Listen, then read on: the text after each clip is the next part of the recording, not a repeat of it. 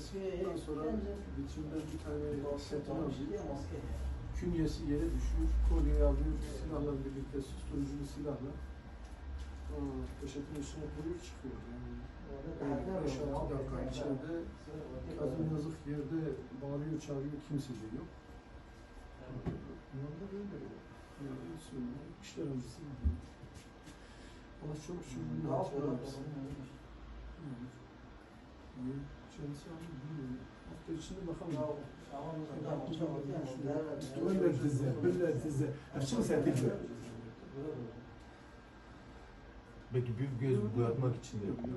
Yok.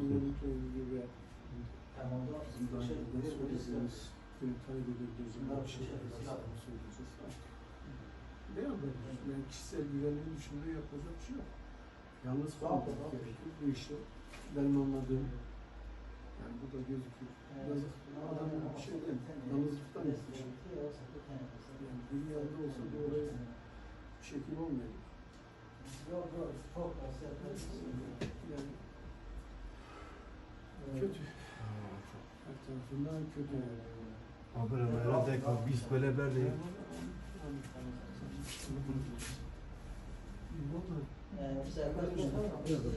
Kadir oluştur. Nevzat'tır. Hükmettin'dir.